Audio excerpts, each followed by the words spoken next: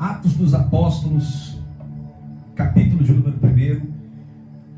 Glória a Deus.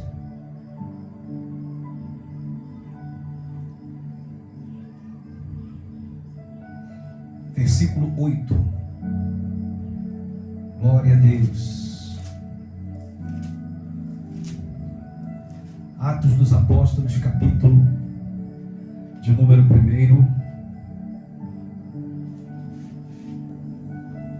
Versículo 8, em nome de Jesus. Diz assim, igreja: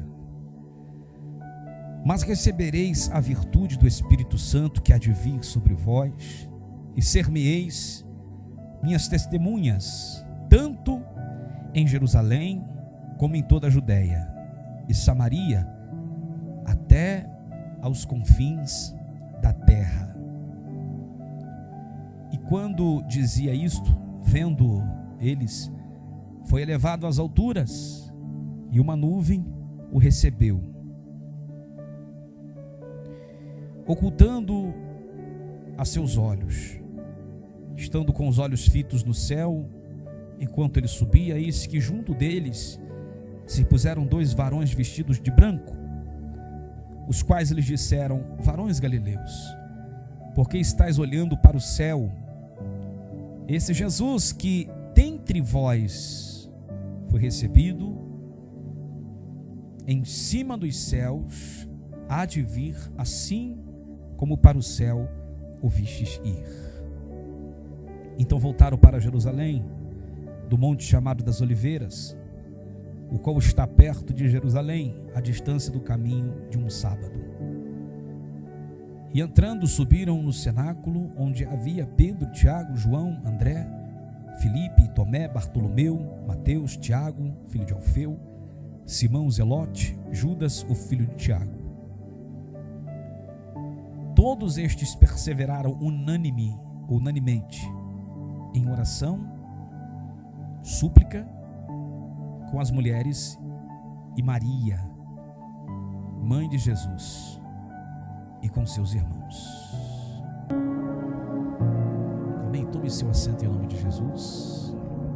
Aleluia. Glória a Deus. Palavra fiel, palavra verdadeira, palavra do Senhor que deixa para nós, irmãos, um alerta, um significado muito forte,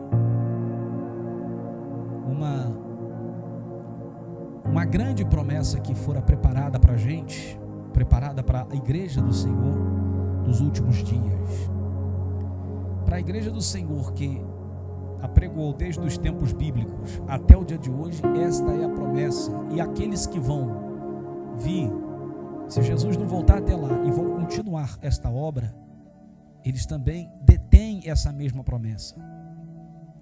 promessa de ser testemunha do Senhor, a qual nós já somos, em Jerusalém, em Judéia, em Samaria, até os confins da terra. Promessa de levarmos o Evangelho como um mandamento que o Senhor deu para a gente, e alcançarmos no Senhor até aonde o Senhor Deus nos pusera, ou seja, o céu que é o limite, porque toda a terra já está dado ao ser humano para poder pregar o Evangelho, para poder levar o Evangelho, para poder conquistar no Evangelho de Cristo. Então essa, irmãos, é algo que está entranhado, e deve estar entranhado na veia da igreja, no coração e na veia, como corrente sanguínea que corre da planta dos pés até o alto da cabeça. O desejo de evangelizar, de fazer missões, o desejo de ser testemunha de Deus aonde você passar.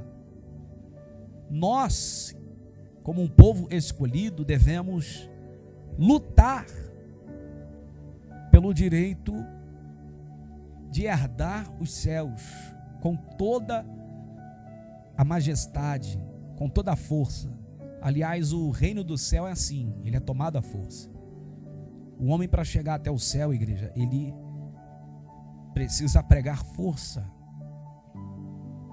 para poder alcançar e chegar no lugar mais alto que ele pode chegar, que é os céus com o Senhor. Então nós somos testemunhas de Jesus. Você é uma testemunha viva. Eu sou uma testemunha viva. E o nosso modo de viver é uma testemunha, é um testemunho.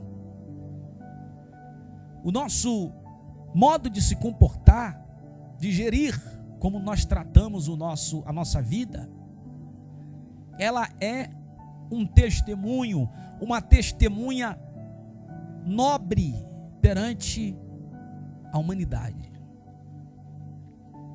A humanidade que olha para a gente, que olha para mim, para você, eles olham para a gente com um adendo, muitas das vezes chamando de quadrado, antiquado, religioso, rigoroso, mas ao mesmo tempo chamando de homem de Deus ou mulher de Deus.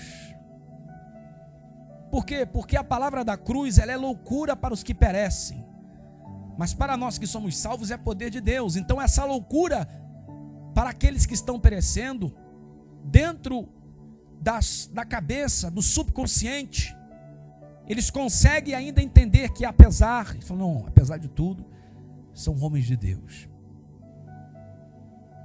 Porque ele prega e vive aquilo que ele prega. Porque ele fala, ela fala e vive aquilo que ela fala.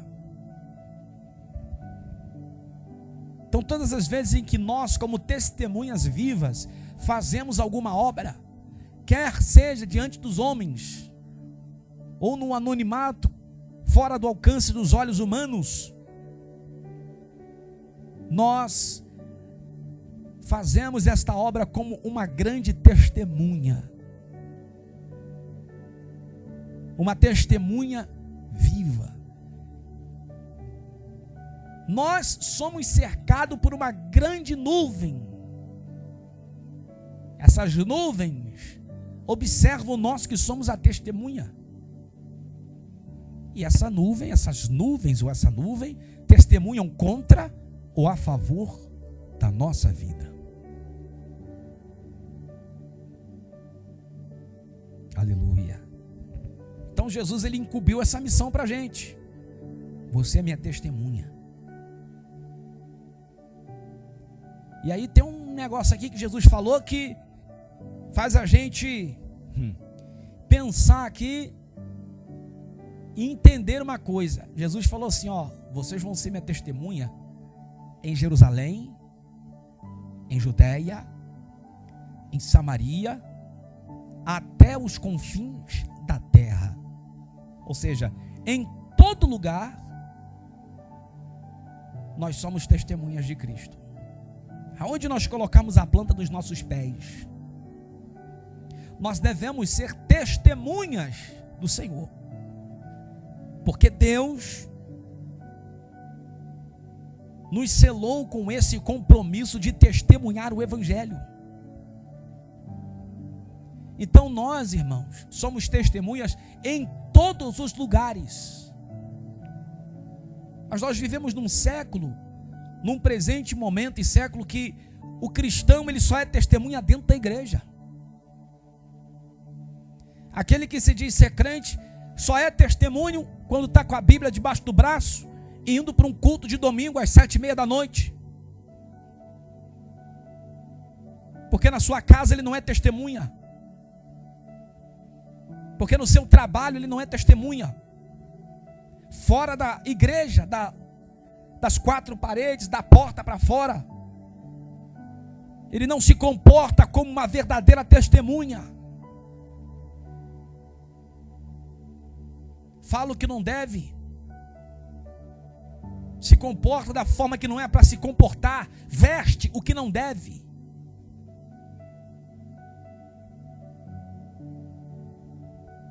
Da porta para fora, ele não se comporta como uma verdadeira testemunha, assim como Jesus falou: vós sereis minha testemunha até os confins da terra. Quando ele sai, que ele sai da cidade ou sai do bairro dele para fora, que ele está num lugar ainda mais ou menos que ninguém conhece ele, é palavrão, é negócio impróprio, é apostando na bet, apostando no tigrinho. Que testemunho é esse que nós damos, que era para nós, como testemunhas de Cristo, viver como Cristo andou? João capítulo 2 diz que assim como nós que consideremos filhos dele, devemos andar como ele andou. Se nós somos testemunhas, nós devemos nos proceder como Jesus Cristo procedeu. Mas quando sai da porta para fora, nós vemos um comportamento totalmente inescrupuloso de uma pessoa, de um cidadão, de uma mulher, de um homem, seja quem for, que quando está com a Bíblia debaixo do braço indo para a igreja, ela é testemunha, ela é discípulo, ele é discípulo, mas da porta para fora fala igual o mundo, se veste igual o mundo, conversa igual o mundo, é enrolão igual o mundo, deve, não paga, dá calote nos outros, conta mentira, vive uma vida de falsidade,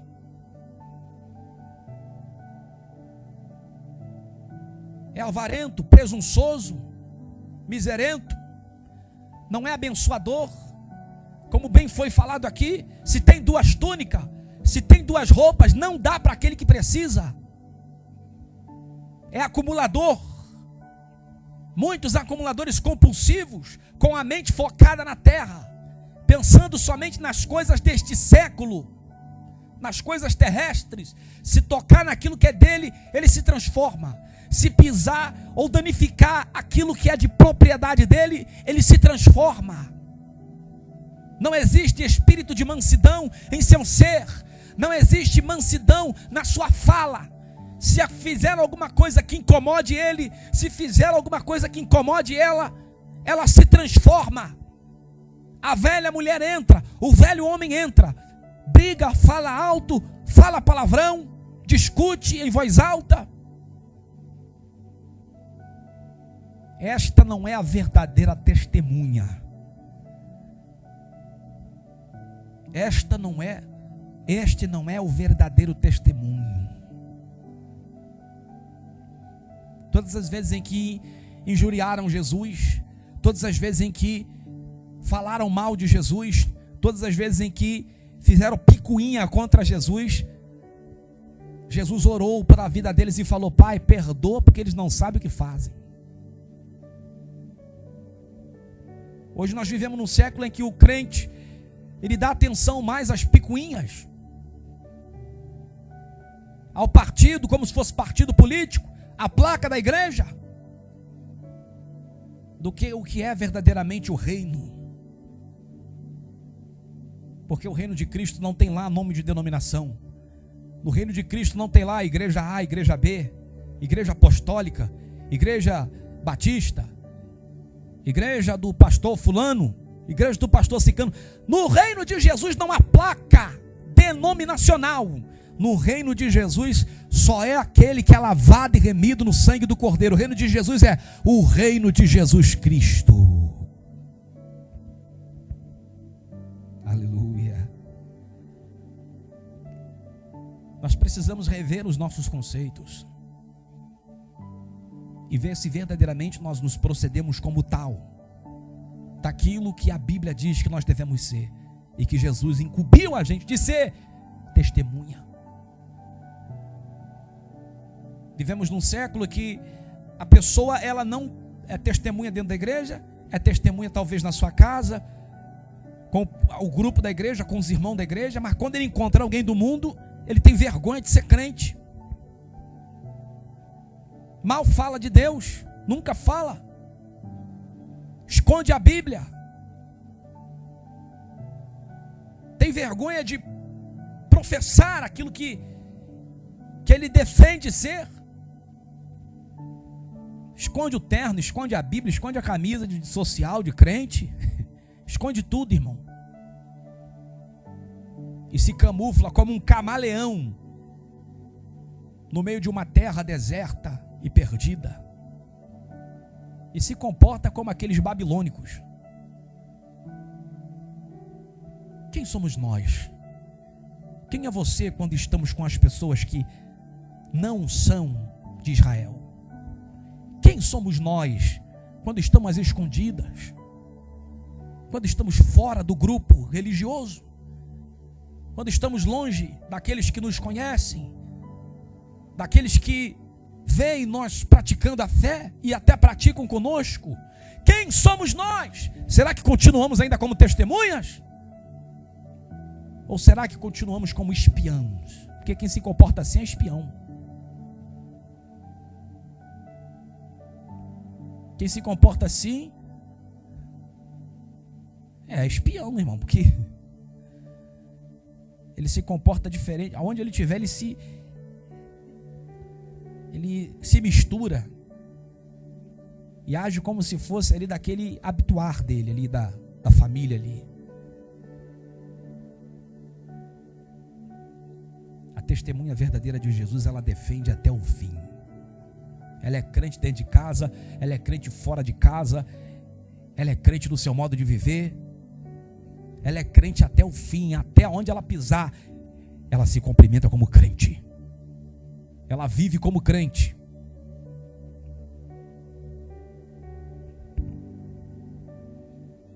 A verdadeira testemunha tem os frutos do Espírito que o acompanha. O primeiro de todos, que é o amor. Que ele não pensa se vai danificar, se a injúria que está sobrevivendo, que aquilo, o dano que ele está sofrendo, ele não pensa se vai danificar a sua conta bancária, se vai dar prejuízo ou não.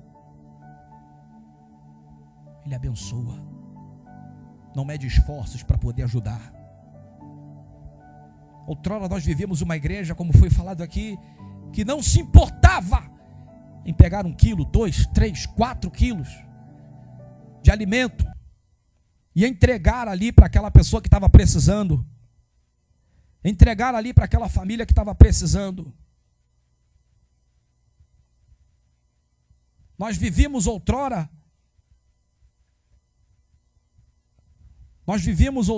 aleluia,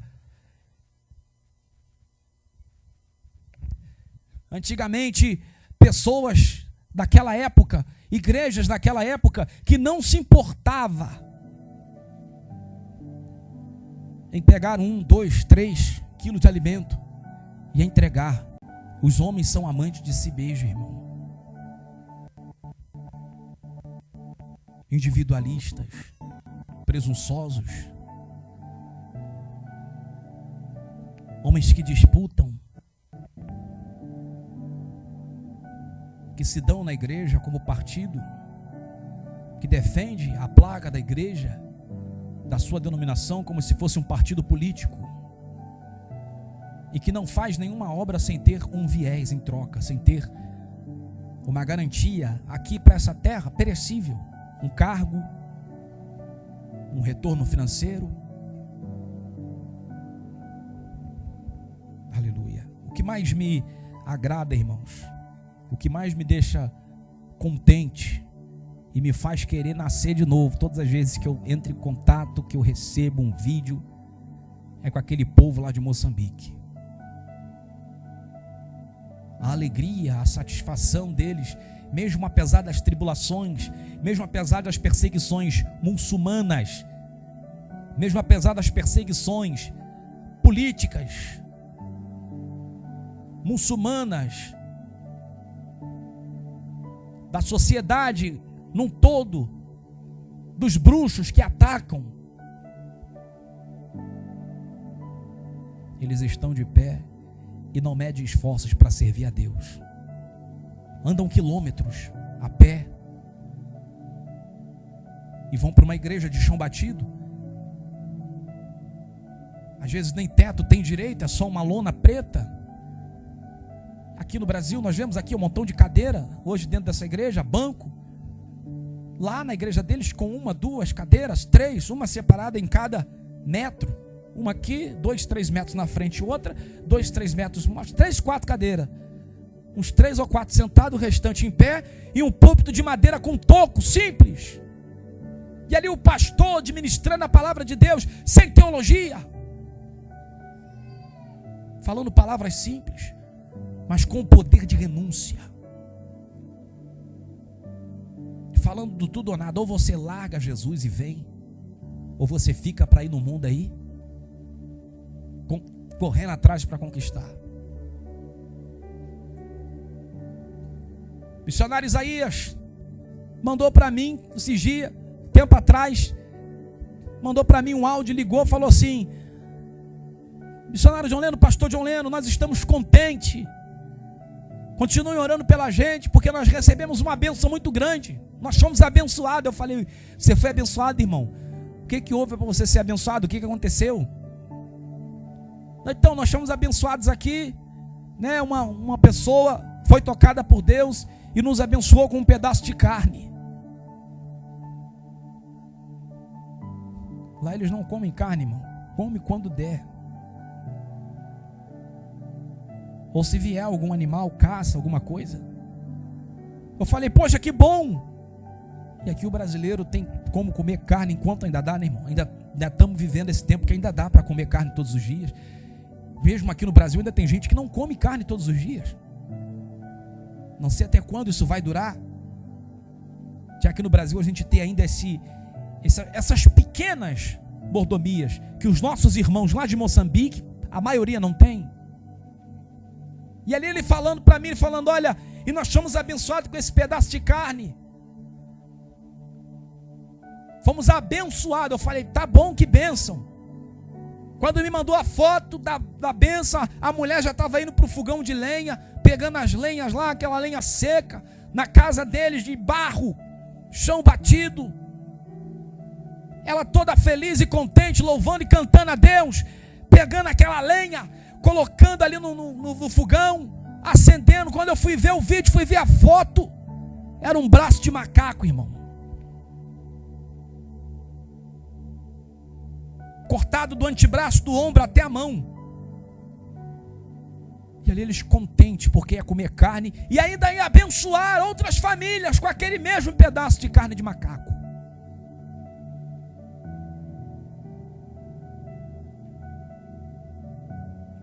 E abençoar um vizinho, abençoar outro, um irmão da igreja que não tem, todos eles pobres. E mesmo eles sem nada, recebendo um pouquinho, ainda pensaram no próximo que não tem para poder dividir. E aqui o brasileiro reclamando de barriga cheia. Se chover não vai para a igreja. Ah, mas a igreja, hoje eu não vou. O brasileiro é cheio de nhenhenhen, irmão. Qualquer coisinha, eu saí da igreja, reclamando de barriga cheia.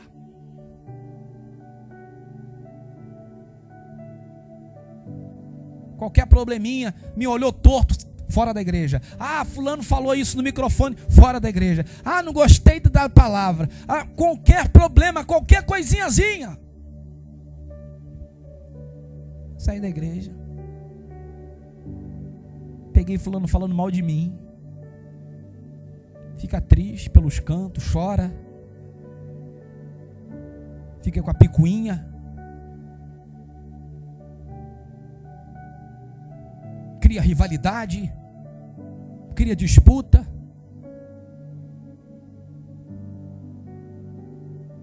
Brasileiro, irmão, tendo a oportunidade, hoje com R$10, você ir no açougue comprar ali um pedaço de carne, ir num sacolão, comprar umas frutas.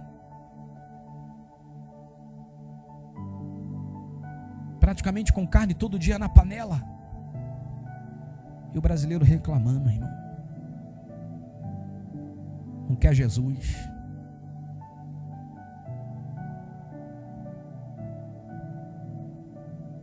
Murmurando da vida, porque não consegue as coisas. Murmurando da vida porque não conseguiu comprar aquilo que queria ainda, porque não ganhou aquilo que queria, não conseguiu aquela promoção. Estou enfrentando luta, estou enfrentando adversidade, eu estou enfrentando problema. Ore por mim, pastor, que eu estou enfrentando uma grande luta. Tu vai ver a luta, da pessoa, do ser humaninho. Pelo amor de Deus, irmão, está chorando porque não conseguiu uma bênção financeira, uma bênção material. Aí lá na África, lá em Moçambique, os nossos irmãos sendo ameaçados de morte, morrendo queimado, nem tem casa direito, nem igreja tem direito, não sabe o que vai comer no almoço, nem na janta. Todos eles sorridentes, dizendo que Deus é bom e que querem morar no céu. Aleluia. O irmão, está na hora da gente fechar mais a boca e ser menos murmuradores. Está na hora da gente deixar de lado toda a picuinha e parar de reclamar. Parar de reclamar de disse-me disse, fulano, de minha amiga, inimizade, fulano é isso, é aquilo. Vamos parar com isso, irmão. O reino de Deus é muito mais do que isso. Está na hora da gente parar de lançar barreiras e desculpa para poder fazer parte do hall de membro da igreja, de pegar no arado, colocar desculpa para servir a Deus, colocar dificuldades para poder fazer a obra de Deus.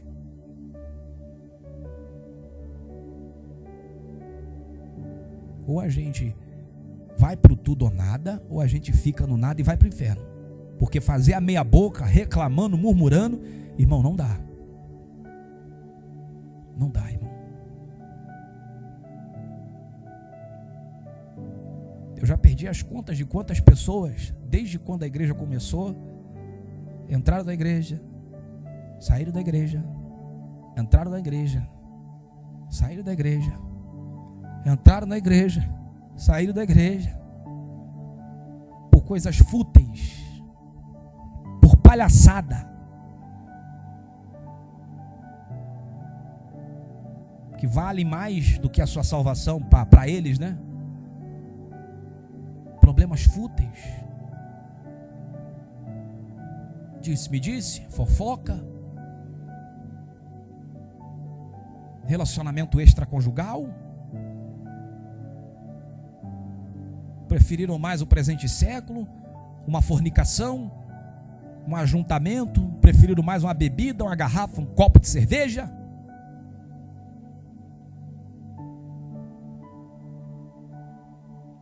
Hoje estão em casa. Alguns tentam ir para a igreja, não conseguem. Porque chegam lá cheio de problemas, cheio de lamúrias, cheio de implicações, e não conseguem ser bem resolvidos em si mesmo.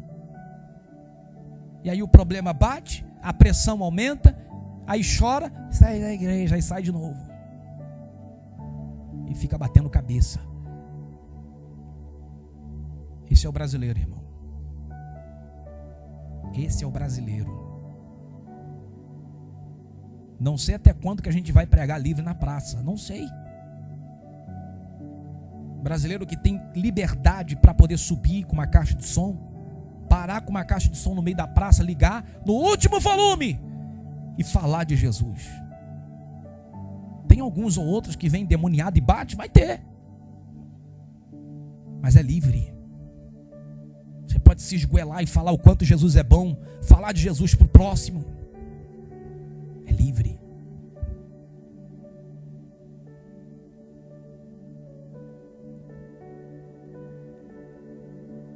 Mas eles mesmos se prendem por causa da placa da igreja.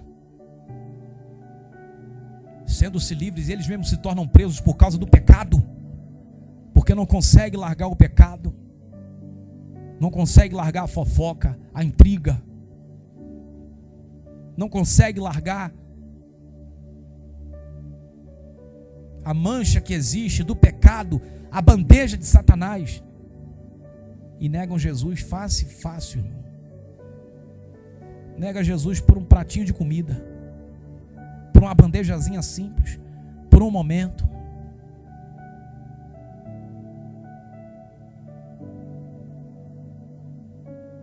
Como um peixe no anzol cai, como um rato que vai cheirando a ratoeira lá para pegar o queijo e cai na ratoeira. Assim é o brasileiro. Assim é a maioria que fala que é cristão e troca Jesus. Deixar esse crente aí pelo menos 2 dias na África, principalmente esse daí que já está aí, tem uma paneladazinha, tem a jantazinha dele, né? A costelazinha na panela de pressão, que ele gosta. Deixa lá, irmão. 24 horas na África, fazendo aquela missão. Agora eu vou trazer a realidade. Vou deixar em alguns lugares aqui no Brasil, que já está igual a África. Aqui no Brasil, aqui. Pelo menos lá, 24 horas para ver.